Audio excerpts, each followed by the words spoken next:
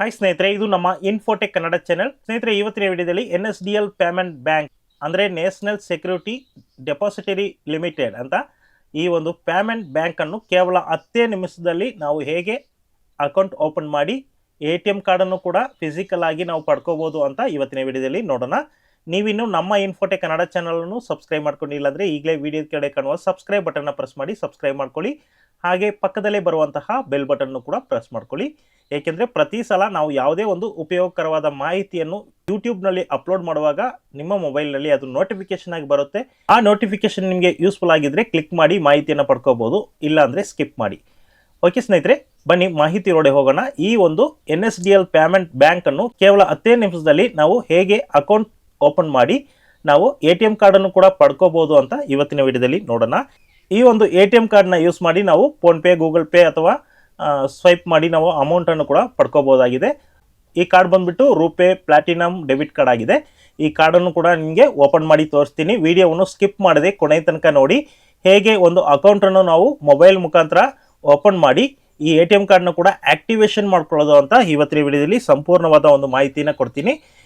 ಸ್ನೇಹಿತರೆ, ಈ ಸ್ಪೈಸ್ ಮನಿ application open ಮಾಡಿ ಲಾಸ್ಟಲ್ಲಿ ಸ್ಕ್ರೋಲ್ ಮಾಡಿದ್ರೆ ಇಲ್ಲಿ ಬ್ಯಾಂಕಿಂಗ್ ಸರ್ವಿಸ್ ಅಂತಿದೆ ನೋಡಿ, NSDL ಬ್ಯಾಂಕಿಂಗ್ ಸರ್ವಿಸ್. ಅಲ್ಲಿ ಅಕೌಂಟ್ ಓಪನಿಂಗ್ ಅಂತಿದೆ, ಅದರ ಮೇಲೆ ಕ್ಲಿಕ್ ಮಾಡಿ. ಇಲ್ಲಿ ಓಪನ್ ಜೀರೋ ಬ್ಯಾಲೆನ್ಸ್ ಅಕೌಂಟ್ ಅಂತ ಬರುತ್ತೆ. ಜೀರೋ ಬ್ಯಾಲೆನ್ಸ್ ಸೇವಿಂಗ್ ಅಕೌಂಟ್ ಇದು. ಇಲ್ಲಿ ಲಾಸ್ಟಲ್ಲಿ ನೆಕ್ಸ್ಟ್ ಕೊಡುವಾಗ ಫಸ್ಟ್ ಸ್ಟಾರ್ಟಿಂಗಲ್ಲಿ ಕಸ್ಟಮರ್ದು ಮೊಬೈಲ್ ನಂಬರ್ನ ಎಂಟ್ರಿ ಮಾಡಬೇಕು. ಇದು ಆಧಾರ್ಗೆ ಸೀಡಿಂಗ್ ಆಗಿರುವಂತಹ ಮೊಬೈಲ್ ನಂಬರ್ ಆಗಿರ್ಬೋದು ಅಥವಾ ನಾರ್ಮಲ್ ಮೊಬೈಲ್ ನಂಬರ್ ಇದ್ರೂ ಆಗುತ್ತೆ. ಕೊಟ್ಟಿರುವಂಥ ಮೊಬೈಲ್ ನಂಬರ್ಗೆ ಒಂದು OTP ಬರುತ್ತೆ. OTPನ ಎಂಟ್ರಿ ಮಾಡಿ ನೆಕ್ಸ್ಟ್ ಪೇಜ್ಗೆ ಹೋಗುತ್ತೆ. ನೆಕ್ಸ್ಟ್ ಪೇಜಲ್ಲಿ ಬಂದುಬಿಟ್ಟು ನಿಮಗೆ ಫ್ಯಾನ್ ಕಾರ್ಡ್ ಡೀಟೇಲ್ ಕೇಳುತ್ತೆ. ಅಲ್ಲಿ ಫ್ಯಾನ್ ಕಾರ್ಡ್ ಡೀಟೇಲ್ನ ನೀವು ಎಂಟರ್ ಮಾಡಬೇಕು. ಇಲ್ಲಿ ಅಪ್ಲಿಕೆಂಟ್ ಆ್ಯನ್ಯುವಲ್ ಇನ್ಕಮ್ ಕೇಳ್ತಾ ಇದೆ. ಫಸ್ಟು ನಾರ್ಮಲ್ ಆಗಿ ನೀವು ಅಲ್ಲಿ ಸ್ಟಾರ್ಟಿಂಗಲ್ಲಿ ನೀವು 1 ಲ್ಯಾಕ್ ತನಕನೂ ಯೂಸ್ ಮಾಡ್ಬೋದು, ಏನು ತೊಂದರೆ ಇಲ್ಲ. 1 ಲ್ಯಾಕ್ ಹಾಕ್ಕೊಳ್ಳಿ. ಕೆಳಗಡೆ ಫ್ಯಾನ್ ನಂಬರ್ನ ಎಂಟ್ರಿ ಮಾಡಿ ಸಬ್ಮಿಟ್ ಕೊಡುವಾಗ ಕಸ್ಟಮರ್ ನೇಮ್ ಶೋ ಆಗುತ್ತೆ. ಕರೆಕ್ಟಾಗಿದ್ದರೆ ನೆಕ್ಸ್ಟ್ ಪ್ರೊಸೆಸ್ಗೆ ಹೋಗಿ ಅಲ್ಲಿ ಆಧಾರ್ ಡೀಟೇಲ್ನ ಎಂಟ್ರಿ ಮಾಡಬೇಕು. ಆಧಾರ್ ಕಾರ್ಡ್ ನಂಬರ್ನ ಎಂಟರ್ ಮಾಡಿ ಅಲ್ಲಿ ಕೆಳಗಡೆ ಟಿಕ್ ಬಾಕ್ಸ್ ಇದೆ, ಟಿಕ್ ಬಾಕ್ಸನ್ನ ಕ್ಲಿಕ್ ಮಾಡಿ ಅವರ ತಮ್ಮ ಮಡಗಬೇಕು. ಹೆಬ್ಬೆಟ್ ಮಡಗಿ ಅವರು ವೆರಿಫೈ ಆಗುತ್ತೆ. ಅಲ್ಲಿ ಫಿಂಗರ್ ವೆರಿಫಿಕೇಷನ್ ಆಗಿದ ಮೇಲೆ ಅವರ ಒಂದು ಡೀಟೇಲ್ ಇಲ್ಲಿ ಶೋ ಆಗುತ್ತೆ ನೋಡಿ. ಆ ಡೀಟೇಲ್ನ ನೀವು ಕರೆಕ್ಟಾಗಿ ನೋಡ್ಕೊಳ್ಳಿ. ಅವ್ರದ್ದೇ ಆದ ಡೀಟೇಲ್ ಸರಿಯಾಗಿದೆ ಅಂದರೆ ನೆಕ್ಸ್ಟ್ ಪ್ರೊಸೆಸ್ಗೆ ಹೋಗಿ ಲೈವ್ ಫೋಟೋ ಕೇಳ್ತಾ ಇದೆ. ಇವಾಗ ಲೈವ್ ಫೋಟೋ, ಕಸ್ಟಮರ್ದು ಲೈವ್ ಫೋಟೋ ತಗೋಬೇಕು. ಇಲ್ಲಿ ಅವರು ಫೇಸ್ ಮುಂದೆ ಕರೆಕ್ಟಾಗಿ ಫೋನ್ನ ಸ್ಟ್ಯಾಂಡ್ ಮಾಡುವಾಗ ಅಲ್ಲಿ ಕೀಪ್ ಐ ಓಪನ್ ಅಂತಿದೆ, ಮತ್ತು ಓಲ್ಡ್ ಸ್ಟಿಲ್ ಹಂಗೆ ಇಟ್ಕೊಂಡು ಮತ್ತೆ ಬ್ಲಿಂಕ್ ಯುವರ್ ಐಸ್ ಅಂತಿದೆ ನೋಡಿ. ಅವ್ರ ಕಣ್ಣು ಓಪನ್ ಮಾಡಿ ಮತ್ತೆ ಹಂಗೆ ಸ್ಟ್ರೈಟಾಗಿ ಕ್ಲೋಸ್ ಮಾಡಿ ಓಪನ್ ಮಾಡುವಾಗ ಕ್ಯಾಪ್ಚರ್ ತಗೊಳುತ್ತೆ. ಕರೆಕ್ಟಾಗಿ ಅಲ್ಲೇ ಮೊಬೈಲ್ನಲ್ಲೇ ಸ್ಕ್ರೀನ್ನಲ್ಲಿ ಸಜೆಷನ್ ಹೇಳುತ್ತೆ, ಅದನ್ನ ಫಾಲೋಅಪ್ ಮಾಡಿ. ಲೈವ್ ಫೋಟೋ ಸಕ್ಸಸ್ ಆಗಿದ್ಮೇಲೆ ಪರ್ಸನಲ್ ಡೀಟೇಲ್, ಕಸ್ಟಮರ್ದು ಪರ್ಸನಲ್ ಡೀಟೇಲ್ ಎಂಟ್ರಿ ಮಾಡಬೇಕು. ಅಂದರೆ ಅವರು ಮಿಸ್ಟರ್ ಮಿಸಸ್ ಈ ಥರ ಇರುತ್ತಲ್ವ, ಅದನ್ನ ಸೆಲೆಕ್ಟ್ ಮಾಡಿ ಅವರ ಮ್ಯಾರಿಡಾ ಅನ್ಮ್ಯಾರಿಡಾ ಸಿಂಗಲ್ ಅಂತ ಕೇಳ್ತಾ ಇದೆ, ಅದನ್ನ ಎಂಟ್ರ್ ಮಾಡ್ಕೊಳ್ಳಿ. ಅದಾದಮೇಲೆ ಅವರ ಕಸ್ಟಮರ್ದು ಫಾದರ್ ನೇಮ್ ಮತ್ತು ಮದರ್ ನೇಮ್ ಕೇಳ್ತಾ ಇದೆ. ಫಾದರ್ ನೇಮ್ ಅಂದರೆ ಎಕ್ಸಾಂಪಲ್ಗೆ ರಮೇಶ ಅಂತಿದ್ರೆ ಅಲ್ಲಿ 6 ಲೆಟರ್ ಸಿಗುತ್ತಲ್ವ, ಫಸ್ಟ್ ನೇಮ್ ಮತ್ತು ಲಾಸ್ಟ್ ನೇಮ್ಗೆ ನೀವು ಡಿವೈಡ್ ಮಾಡಬೇಕು. 3 ಲೆಟರ್ಸ್ ಕಂಪಲ್ಸರಿ ಇರಬೇಕು. ಅದನ್ನ 3 ಲೆಟರ್ಸ್ ಬರೋ ಥರ ನೋಡ್ಕೊಳ್ಳಿ. ಫಸ್ಟ್ ನೇಮ್ ಮತ್ತು ಲಾಸ್ಟ್ ನೇಮ್ನಲ್ಲಿ ಡಿವೈಡ್ ಮಾಡಿ ಆ ಒಂದು ಹೆಸರನ್ನ ಎಂಟರ್ ಮಾಡಿ. ಅದಾಗಿದ ಮೇಲೆ ಕೆಳಗಡೆ ಬಂದುಬಿಟ್ರೆ ನಿಮಗೆ ಏನಾಗುತ್ತೆ, ಅಕ್ಯುಪೇಷನ್, ಅವರು ಏನು ವರ್ಕ್ ಮಾಡ್ತಾ ಇರೋದು ಅಂತ ಕೇಳುತ್ತೆ. ಅವ್ರು ಬಂದುಬಿಟ್ಟು 60 ವಯಸ್ಸು ಮೇಲ್ಪಟ್ಟವರಾಗಿದ್ದರೆ ರಿಟೈರ್ಡ್ ಕೊಡಿ. 60 ವಯಸ್ಸು ಹೊರಗಡೆ ಇದ್ದರೆ ಅವರ ಕೂಲಿ ಜೀವನ ಮಾಡ್ತಾ ಇರ್ತಾರೆ, ಅವ್ರದ್ದು ಅಗ್ರಿಕಲ್ಚರ್ ಅಂತ ಕೊಡ್ಬೋದು. ಅದು ಕೂಲಿ ಕೆಲಸಗಾರರು ಅಂತ ನೀವು ಟಿಕ್ ಮಾಡಿ ನೆಕ್ಸ್ಟ್ ಪ್ರೊಸೆಸಲ್ಲಿ ನೀವು ಮೂವ್ ಮಾಡಿ. ಅವರು ನಾಮಿನಿ ಕೊಡೋದಾದರೆ ಎಸ್ ಕೊಡಿ, ಎಸ್ ಕೊಟ್ಬಿಟ್ಟು ನಾಮಿನಿ ಡೀಟೇಲ್ನ ಕೂಡ ಫಿಲ್ ಮಾಡಬೇಕಾಗುತ್ತೆ. ಇಲ್ಲಾಂದರೆ ನೋ ಕೊಟ್ಕೊಂಡು ನೀವು ಮೂವ್ ಮಾಡ್ಬೋದು. ಅವ್ರದ್ದು ಆ್ಯನ್ಯುವಲ್ ಇನ್ಕಮ್ ಕೂಡ ಇದೆ, ಅದನ್ನೆಲ್ಲ ಪ್ರೆಸ್ ಮಾಡಿ ಅದನ್ನೆಲ್ಲ ಸೆಲೆಕ್ಟ್ ಮಾಡಿ ನೀವು ನೆಕ್ಸ್ಟ್ ಕೊಟ್ಕೊಳ್ಳಿ. ಇಲ್ಲಿ ನಾಮಿನಿ ಡೀಟೇಲ್ನ ನೀವು ಪರ್ಫೆಕ್ಟಾಗಿ ಎಂಟ್ರ್ ಮಾಡಿ. ನಾಮಿನಿ ಡೀಟೇಲ್ ಫುಲ್ ಫ್ಯಾಚ್ ಆಗಿದ ಮೇಲೆ ಕನ್ಫರ್ಮ್ ಆ್ಯಂಡ್ ಕಂಟಿನ್ಯೂ ಅಂತಿದೆ ನೋಡಿ, ಅದ್ರ ಮೇಲೆ ಕ್ಲಿಕ್ ಮಾಡಿ. ನಾಮಿನಿ ಡೀಟೇಲ್ ಸೇಮ್ ಬರುತ್ತೆ. ನಾಮಿನಿ ಹೆಸರು ಡಿವೈಡ್ ಮಾಡಿ ಬರೆದು ಇದು ಮಾಡ್ಕೊಳ್ಳಿ. ಲಾಸ್ಟಲ್ಲಿ ಬಂದುಬಿಟ್ಟು ಪ್ರೊಸೀಡ್ ಅಗ್ರಿ ಅಂತ ಕೇಳ್ತೇವೆ ನೋಡಿ. ಇಲ್ಲಿ ಅಲ್ಲಿ ಟರ್ಮ್ಸ್ ಆ್ಯಂಡ್ ಕಂಡೀಷನ್ಸ್ ಕೊಟ್ಟಿರ್ತಾರೆ, ಅದನ್ನೆಲ್ಲ ಟಿಕ್ ಮಾಡಿ ಓಕೆ ಕೊಡಿ. ಲಾಸ್ಟ್ಲಿ ಬಂದುಬಿಟ್ಟು ಅಮೌಂಟ್ ಪೇ ಮಾಡೋ ಒಂದು ಆಪ್ಷನ್ ಬರುತ್ತೆ. ಅಮೌಂಟ್ ಪೇ ಮಾಡಬೇಕು. ಇಲ್ಲಿ 449 ಅಮೌಂಟನ್ನು ನೀವು ಪೇ ಮಾಡಬೇಕಾಗುತ್ತೆ. ಅಲ್ಲಿ ಕಂಪ್ಲೀಟ್ ಡೀಟೇಲ್ಸ್ ಆಗುತ್ತೆ ನೋಡಿ, ಮತ್ತು ಬ್ಯಾಂಕ್ದು ಟರ್ಮ್ಸ್ ಆ್ಯಂಡ್ ಕಂಡೀಷನ್ಸ್ ಎಲ್ಲ ಇರುತ್ತೆ, ಅದನ್ನೆಲ್ಲ ನೋಡ್ಕೊಳ್ಳಿ. ನೋಡ್ಕೊಂಡಾಗಿದ್ದ ಮೇಲೆ ಇಲ್ಲಿ ಕಸ್ಟಮರ್ದು ಮತ್ತು ಮೊಬೈಲ್ ನಂಬರ್ನ ಎಂಟರ್ ಮಾಡಿ ಫಿಂಗರ್ ವೆರಿಫಿಕೇಷನ್ ಆಗುತ್ತೆ. ಫೈನಲ್ ಆಗಿ ಅಮೌಂಟ್ ಬಂದುಬಿಟ್ಟು ಇದಕ್ಕೆ ಕಸ್ಟಮರ್ ಬಂದುಬಿಟ್ಟು ಒಪ್ಪಿಗೆ ಕೊಟ್ಟಿದ್ದಾರೆ, ಈ 449 ಜೀರೋ ಬ್ಯಾಲೆನ್ಸ್ ಅಕೌಂಟ್ಗೆ ಒಪ್ಪಿಗೆ ಕೊಟ್ಟಿದ್ದಾರೆ ಅಂತ ತಮ್ಮ ಮಡಗ್ತಾರೆ. ಅದಾಗಿದ್ದ ಮೇಲೆ ಅವ್ರಿಗೆ ವೆರಿಫೈ ಆಗಿ ಅವ್ರದ್ದು ಅಮೌಂಟ್ ಕಟ್ಟಾಗುತ್ತೆ. ಇಲ್ಲಿ ನೆಕ್ಸ್ಟ್ ಆಧಾರ್ ಸೀಡಿಂಗ್ ಕೂಡ ಇಲ್ಲೇ ಲಾಸ್ಟಲ್ಲೇ ಮಾಡ್ಕೋಬೋದು ಸ್ನೇಹಿತರೆ. ಆಧಾರ್ ಸೀಡಿಂಗ್ ಕಂಪ್ಲೀಟ್ ಸಕ್ಸಸ್ಫುಲ್ ಆಗುತ್ತೆ. ಇದೇ ಥರ ನೀವು ಅಕೌಂಟ್ ಓಪನ್ ಮಾಡ್ಕೋಬೋದು. ಈ ಒಂದು ATM ಕಾರ್ಡ್ನ ಓಪನ್ ಮಾಡ್ಕೊಳ್ಳಿಕ್ಕೆ ನಾವು ನಾರ್ಮಲ್ ಆಗಿ ನಮ್ಮ ಬ್ಯಾಂಕ್ ಅಕೌಂಟ್ ಇದ್ದರೆ ಸಹಿ ಹಾಕೋರ್ಗೆ ಮಾತ್ರ ಈ ATM ಕಾರ್ಡ್ ಸಿಗುತ್ತೆ. ಸೈನ್ ಆಗದೆ ಇದ್ದವರಿಗೂ ಹೆಬ್ಬೆಟ್ ಹಾಕೋರಿಗೆ ಬಂದುಬಿಟ್ಟು ಈ ಒಂದು ATM ಕಾರ್ಡ್ನ ಯಾವ ಬ್ಯಾಂಕಲ್ಲೂ ಕೊಡಲ್ಲ. ಆದರೆ ಈ ಒಂದು NSDL ಪೇಮೆಂಟ್ ಬ್ಯಾಂಕ್ ಬಂದುಬಿಟ್ಟು ನಿಮಗೆ ATM ಕಾರ್ಡ್ನು ಕೂಡ ಕೊಡ್ತಾ ಇದೆ. ನಿಮಗೆ ಸಹಿ ಹಾಕೋಕ್ಕೆ ಬರೋಲ್ಲ ಅಂದ್ರೂ ಕೂಡ ಈ ATM ಕಾರ್ಡ್ನ ನಾವು ಪಡ್ಕೋಬೋದು. ಅಂದರೆ ATM ಕಾರ್ಡ್ ಅವಶ್ಯಕತೆ ಇಲ್ಲ ನಮಗೆ ಅಂತ ಹೇಳಿದ್ರು ಕೂಡ ನೀವು ಜಸ್ಟ್ ಜೀರೋ ಬ್ಯಾಲೆನ್ಸ್ ಅಕೌಂಟ್ ಇದು. ಈ ಜೀರೋ ಬ್ಯಾಲೆನ್ಸ್ ಅಕೌಂಟನ್ನು ನೀವು ಓಪನ್ ಮಾಡಿಕೊಂಡು APS ಮುಖಾಂತರ ಅಮೌಂಟನ್ನು ನೀವು ವಿಡ್ರಾಲ್ ಮಾಡ್ಕೋಬೋದು. ಈ ಒಂದು ಜೀರೋ ಬ್ಯಾಲೆನ್ಸ್ ಅಕೌಂಟ್ಗೆ ಬಂದುಬಿಟ್ಟು ನಿಮಗೆ ಅಕೌಂಟ್ ನಂಬರ್, IFSC ಕೋಡ್ ಎಲ್ಲ ಸಿಗುತ್ತೆ.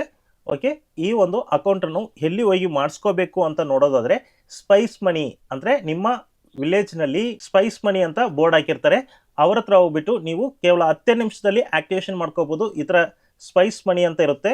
ಸ್ಪೈಸ್ ಮನಿ ಬೋರ್ಡ್ ಈ ಥರ ಕಾಣಿಸಿದ್ರೆ ಈ ಜಾಗದಲ್ಲಿ ಹೋಗಿ ವಿಚಾರಿಸಿ ನಿಮಗೆ ಈ ಒಂದು NSDL ಪೇಮೆಂಟ್ ಬ್ಯಾಂಕ್ನ ಅಕೌಂಟನ್ನು, ಸೇವಿಂಗ್ ಅಕೌಂಟನ್ನು ನಿಮಗೆ ಓಪನ್ ಮಾಡಿಕೊಡ್ತಾರೆ. ಇದು ಬಂದು ಜೀರೋ ಬ್ಯಾಲೆನ್ಸ್ ಅಕೌಂಟ್ ಆಗಿರುತ್ತೆ. ಅದರಿಂದ ಯಾವುದೇ ಒಂದು ಬ್ಯಾಲೆನ್ಸ್ ಮೇಂಟೆನೆನ್ಸ್ ಮಾಡುವಂತಹ ಒಂದು ಅವಶ್ಯಕತೆ ಇರುವುದಿಲ್ಲ.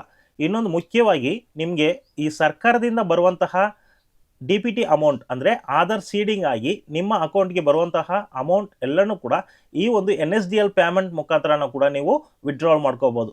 ಸುಮಾರು ಜನರು ಇನ್ನೂ ಕೂಡ ಈ ಗೃಹಲಕ್ಷ್ಮಿ ಅಮೌಂಟ್ ಮತ್ತು ಅನ್ನಭಾಗ್ಯ ಸ್ಕೀಮ್ನ ಅಮೌಂಟನ್ನು ಪಡ್ಕೊಳ್ಳದೆ ಅಳೆದಾಡ್ತಾ ಇದ್ದಾರೆ. ಯಾಕಂದರೆ ಅವರು ಬ್ಯಾಂಕ್ ಅವ್ರ ಸ್ಟೇಟಸ್ನ ನಾವು ಚೆಕ್ ಮಾಡಿ ನೋಡುವಾಗ ಅವ್ರದ್ದು not active bank, inactive bank, not seeding Aadhaar ಅಂತ ತೋರಿಸ್ತಾ ಇದೆ. ಯಾವುದೇ ಒಂದು ಬ್ಯಾಂಕ್ಗೆ ಅವರ ಆಧಾರ್ ಕಾರ್ಡ್ ಸೀಡಿಂಗ್ ಆಗಿಲ್ಲ, NPCI ಮ್ಯಾಪಿಂಗ್ ಆಗಿಲ್ಲ ಅಂದರೆ ಅವರಿಗೆ ಯಾವುದೇ ಒಂದು DPT ಮುಖಾಂತರ ಕಳಿಸುವಂತಹ ಸರ್ಕಾರದ ಅಮೌಂಟ್ ಯಾವುದು ಕೂಡ ನಿಮಗೆ ಬಂದು ಸೇರೋದಿಲ್ಲ. ಆಧಾರ್ ಕಾರ್ಡ್ ನಂಬರ್ನ ಟೈಪ್ ಮಾಡಿದ ತಕ್ಷಣ ಅದಕ್ಕೆ ಡೈರೆಕ್ಟಾಗಿ ಅಮೌಂಟನ್ನು ಸೆಂಡ್ ಮಾಡ್ತಾರೆ. ಆ ಆಧಾರ್ ಕಾರ್ಡ್ ಬಂದ್ಬಿಟ್ಟು ಯಾವ ಬ್ಯಾಂಕ್ ಜೊತೆ ಜೋಡಣೆ ಆಗಿದೆ, ಲಿಂಕ್ ಆಗಿದೆ, ಸೀಡಿಂಗ್ ಆಗಿದೆ, NPCI ಮ್ಯಾಪಿಂಗ್ ಆಗಿದೆಯೋ ಆ ಬ್ಯಾಂಕಿಗೆ ಮಾತ್ರ ಆ ಸರ್ಕಾರದ ಅಮೌಂಟ್, DBT ಅಮೌಂಟ್ ಬಂದು ಸೇರುತ್ತೆ. ಓಕೆ ಸ್ನೇಹಿತರೆ, ಈ ಒಂದು DPT ಲಿಂಕ್, ಆಧಾರ್ ಸೀಡಿಂಗ್ ಲಿಂಕನ್ನು ಕೂಡ ನಾವು ಈ ಒಂದು NSDL ಪೇಮೆಂಟ್ ಬ್ಯಾಂಕ್ಗೆ ನಾವು ಸೀಡ್ ಮಾಡ್ಕೋಬೋದು.